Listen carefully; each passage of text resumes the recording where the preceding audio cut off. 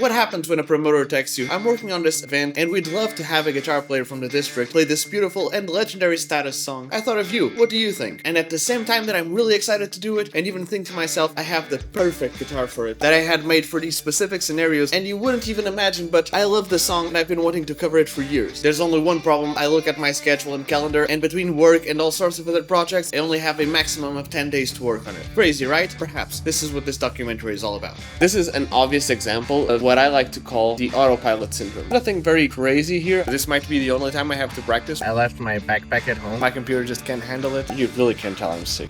So update, it sucks ass. It sounds really, really bad. Gonna have to figure out another solution.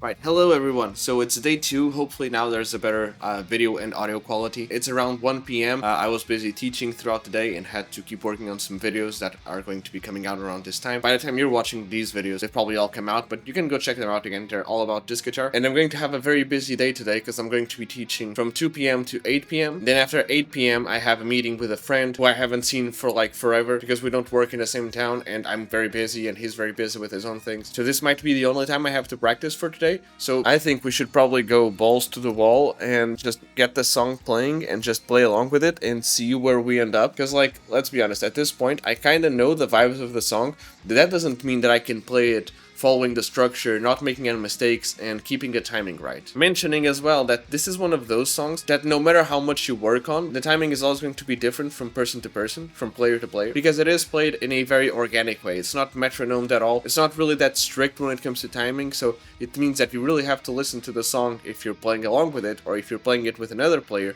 But if I'm making my own arrangement of it, then I kind of have to figure out a way to make sure that I play it and it doesn't feel stiff, doesn't feel robotic if I then end up recording it at like a specific tempo. Now, one thing that is often talked about Carlos Paredes, other than his note choices and his compositions and his just like flair when playing, is his timing. I've mentioned it during the vlog, and I'm pretty sure all of you guys have heard like some sort of solo player doing their own arrangement and being a little bit more free with time, right? Like in some ways, tempo is just a frame of mind. But if there's one thing that other players talked about Carlos Paredes, probably unanimously, is that he kind of had his own definition of tempo and pacing. There are all sorts of players, Portuguese and non-Portuguese players, like Charlie Haden is an example of a renowned musician who would not only comment on Carlos Paredes' just natural proficiency at the instrument and his own special flair and taste. Someone had told me about Carlos Paredes, this great guitarist, Portuguese guitarist.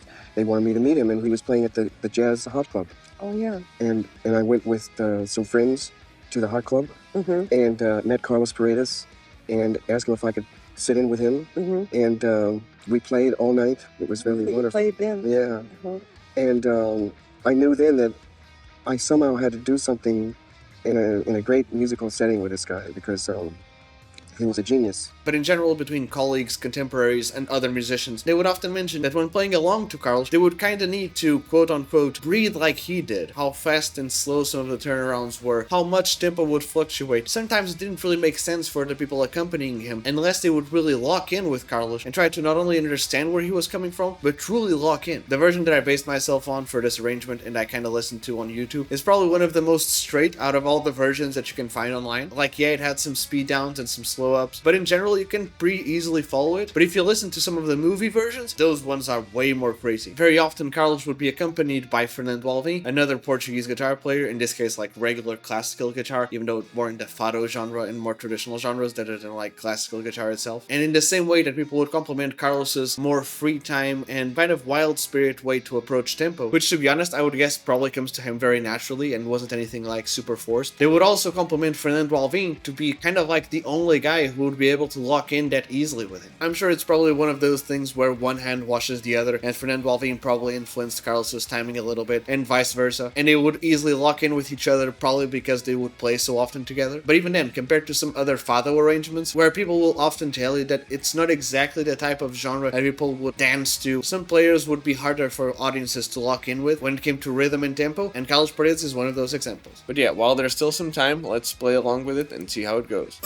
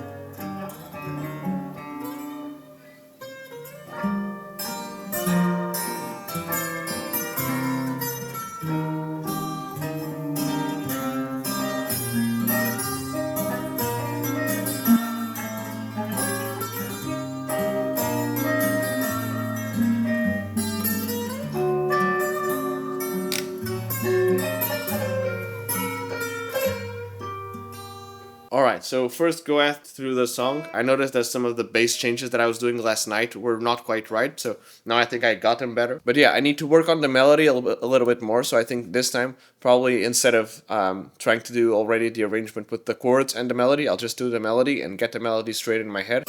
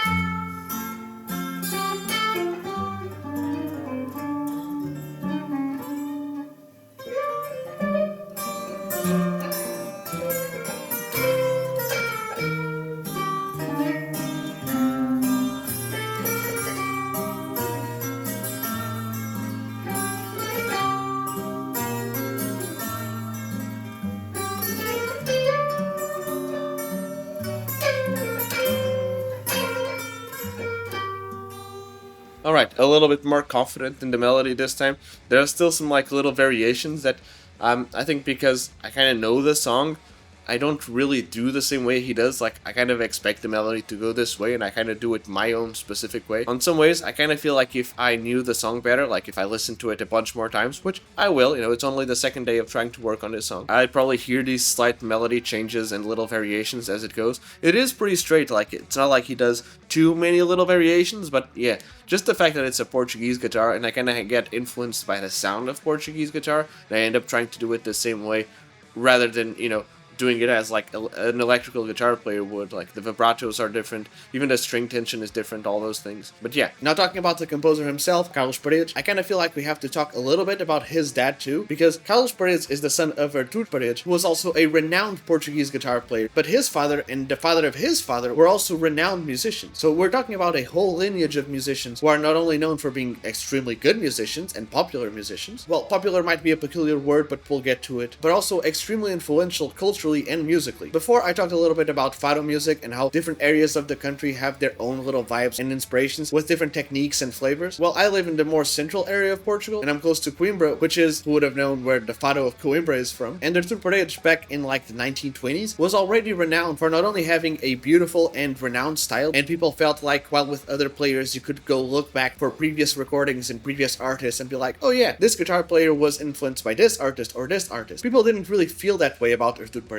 And not only did he change the way that music was made, with vibes, note choices, and other techniques, but also with instrument craft and instrument making. You guys might know that I'm involved and work with a bunch of luthiers, and help set up this like luthier show where all sorts of luthiers who make all sorts of instruments can come and present their work. And even nowadays, a lot of the way that Portuguese guitars are made stem back to the 1920s because of Artur Paredes was like, yeah, I want an instrument that allows me to like tune lower. I want an instrument that allows me to have a bigger, more full sound and more aggressive sound. The instruments that are being built right now, they don't really really accommodate what I want to do. So he went to instrument makers and was like, please make me something that achieves what I want to do. And back then, instrument makers didn't really work like that, in the way that their instruments were supposed to be made, according to tradition and technique. It wasn't really part of the culture to make something new for a player because the player has different needs. But even then, after trying a bunch of these things, the luthier started noticing like, oh, this actually makes sense. The scale length is now more in tune with itself. Or maybe the neck width allows us to play different chords and chord shapes. I don't play the Portuguese guitar because I didn't really have that much contact with it growing up. And while it is just a stringed instrument, which I can technically play, because it is tuned in fifths and the regular guitar is tuned in fourths, I kind of have to readjust my brain often, so I wouldn't really call myself a Portuguese guitar player. But it is a beautiful sounding instrument, a lot more trebly, a lot more attacky. It's kind of like a 12-string guitar where all the strings are doubled, which gives a little bit of a more attacky, metallic-y, trebly sound, which kind of has this like symbolical connotation and similarities with crying. And while there's a bunch of stories that I can tell you about Artur Paredes and then later his son Carlos Paredes and how their stories and careers kind of influenced each other, I'm just going to give you like this brief statement which you can then research later. And like I said before, I might be somewhat wrong about all of this, but like I watched a couple of documentaries and did some research, so I think I'm not going to say anything completely wrong about it. So Carlos Paredes, the son of Artur Paredes, born around the 1920s when his dad's career really started to pick up. He started learning how to play the Portuguese guitar along with his dad around the age of like 4 to 6 years old, and while his mom kind of wanted him to learn how to play the violin or the piano, he kind of didn't really enjoy it that much, so he just stayed with the guitar. He quickly started developing his own sound, which was of course influenced by the previous iterations of Portuguese guitar, especially in the more Coimbra tradition of Fado music, but both him and his dad would take influences from more regional types of music, more folk types of music, and even try to apply some of the stylistic things about different styles of Fado. Carlos played with his dad, Artur, for a bunch of years, but they kind of had to go their separate ways, not only for stylistic reasons and competitive reasons. Like there's even this somewhat fun story told by the son of the luthier who used to build the guitars for Carlos's dad, Artur, in which they were building him a new guitar and they were working heavily on it, but then some sort of accident went on and the top of the guitar cracked or got busted or something like that. And so the luthier was like, oh, I'm sorry, Mr. Arthur, I'll just build you a new guitar from scratch. And his son Carlos was like, hey, I kind of want a new guitar as well, so like, why not use the scraps and just put a new top on it and I'll take the old one. And while Artur ended up having a brand new guitar that was also built specifically for his needs, legend says that he was kind of pissed and salty about it, not only because he was like, damn, that guitar was supposed to be for me, but also because in some ways he was like, yeah, sure, he's my son, but like, do your own thing, like, stop coming after me and trying to impose yourself on me. Like, those sorts of things that can happen when there's two very explosive and fiery, creative and artistic minds going on. Both of them kind of knew what they wanted to do with their own music. And I feel like it's also important to mention that both Artur and Carlos, because, you know, Portugal didn't really have a lot of infrastructure or support to artists and art, both him and his dad had other jobs other than being musicians. Artur used to work at a bank and Carlos used to work at a hospital in the more administrative services. So no matter how culturally relevant or not technically they had their own jobs, and while they had passion for playing music, Carlos himself used to say that his engagement with people at work and people who would come into the hospital really fueled him into creating songs and compositions, and it was part of the way it sparked his creativity. Carlos, of course, influenced by his dad as well, kinda started distinguishing himself because he was a bit more reckless, he was a bit more modern and trying to do different things, while Artur, while still being a complete powerhouse that is considered very innovative until this day and even back then, somehow was a little bit more traditional in his approach, or at least the sort of sounds and songs he would make, while Carlos ventured a little bit more off into different things. Isto foi caro, com certeza.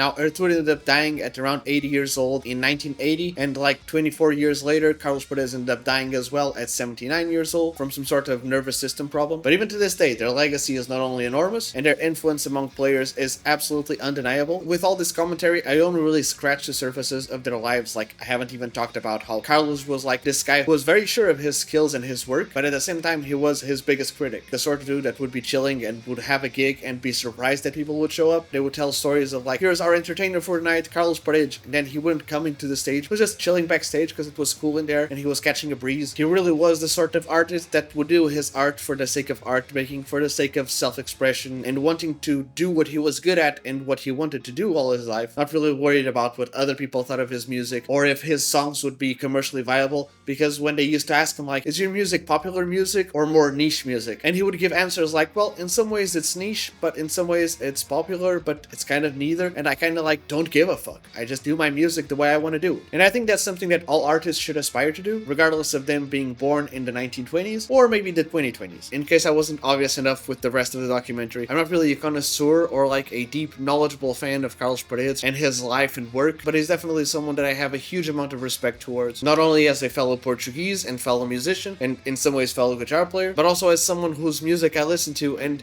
I kind of feel like I connect with, I kind of feel like I vibe with. Sure, we all enjoy all sorts of music and artists, but I feel like when we listen to someone who kind of has sensibilities that are similar to ours, we kind of lock in a little bit harder, we kind of feel a heavier connection, and I will often hear him play these licks and phrases, and sometimes even different ways to like structure chords and do chord inversions, not even mentioning compositions in general, and just feel like somehow I relate to it, you know? So while I'm not here trying to be like, oh yeah, I'm like #1 fan of Carlos Paredes, not even close, I am someone who was aware of his work, and throughout this experience learned even more about it and became not only a bigger fan of his work and then big admirer in his influence and in some ways his dad's influence as well, not only when it comes to Portuguese culture and history in general, but also in the center area of Portugal where I happen to be involved in, and I hope he has been resting in peace, and if for some reason anyone from his management team or family ends up seeing this, I leave here vows of respect, and hopefully even if this video just reaches one person who ends up watching this whole thing and being any bit more aware of this important figure in our culture anywhere worldwide. I mean, that's kind of the reason why I do these videos in English, so that I can share my work, and in this case other people's work as well, throughout the whole world in a more universally accepted language. If there's at least one person that enjoys this, then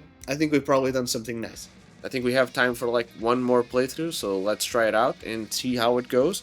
And then I'll try to play it by myself without the song. Or maybe I'll try to play it one more time with the song and try to do it. Who knows? We'll see.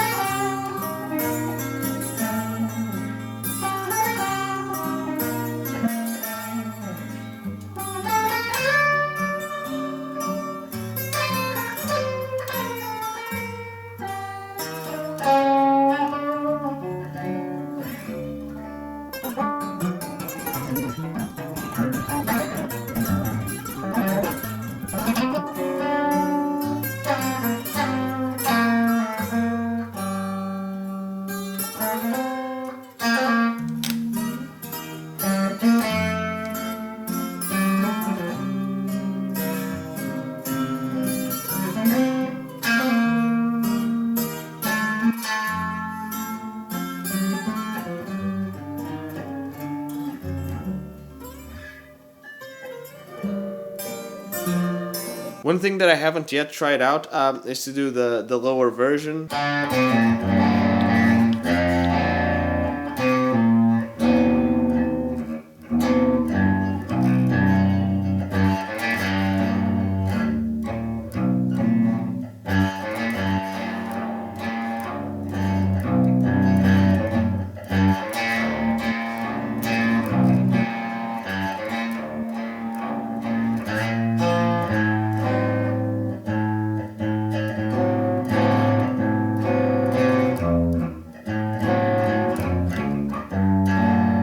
That's clearly a part I have to work on, because again, I am playing it on a 7-string guitar. It is the sort of thing that I just enjoy to do nowadays. So I want to employ that 7-string guitarness to it.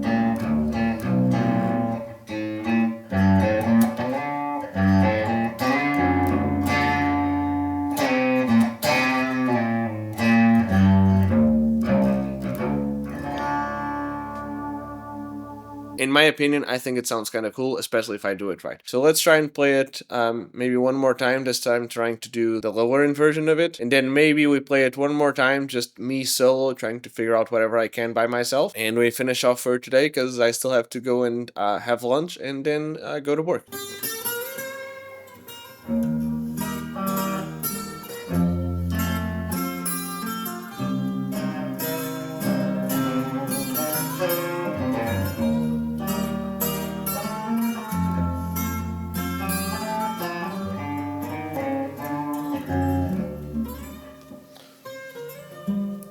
Alright, I think I'm a little bit more confident in playing this song now.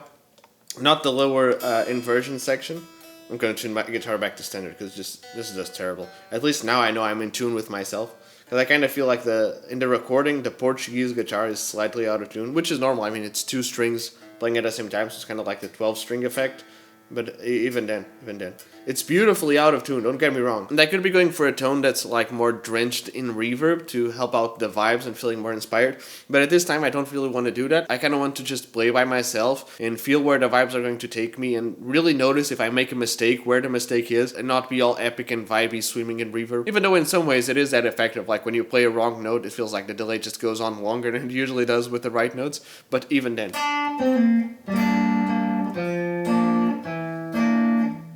Okay, so that's...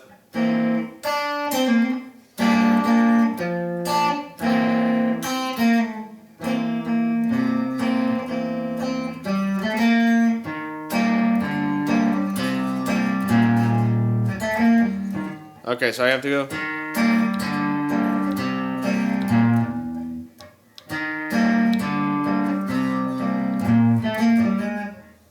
If I want to do this in time, I kind of have to do...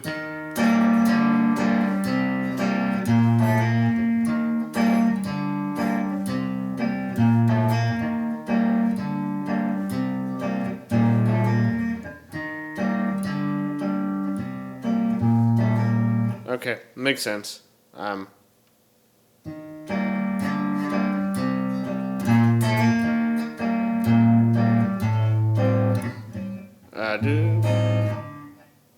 Kind of don't like this voicing, if I'm doing my own arrangement of it. Maybe I can do...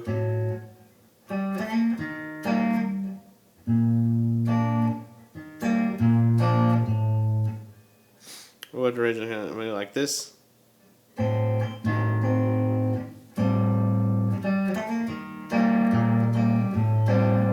I can just not play the flat 5, that is an option.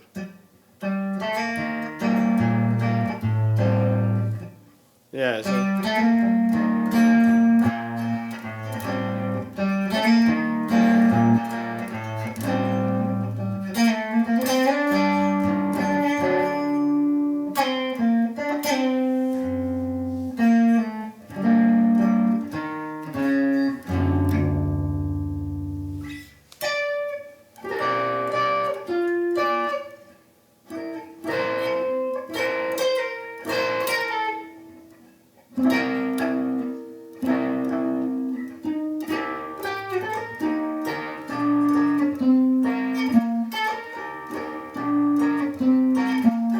Yeah, I forgot, it's only one time that it does the full descent.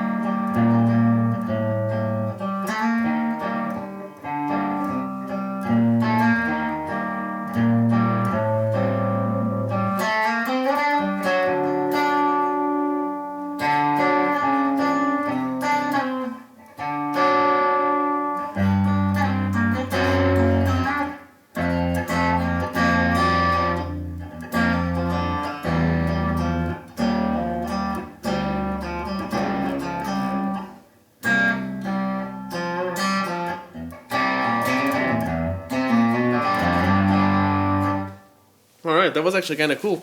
I found out that I always like to do these like chromatic runs that just keep descending. So I think we started we're in G.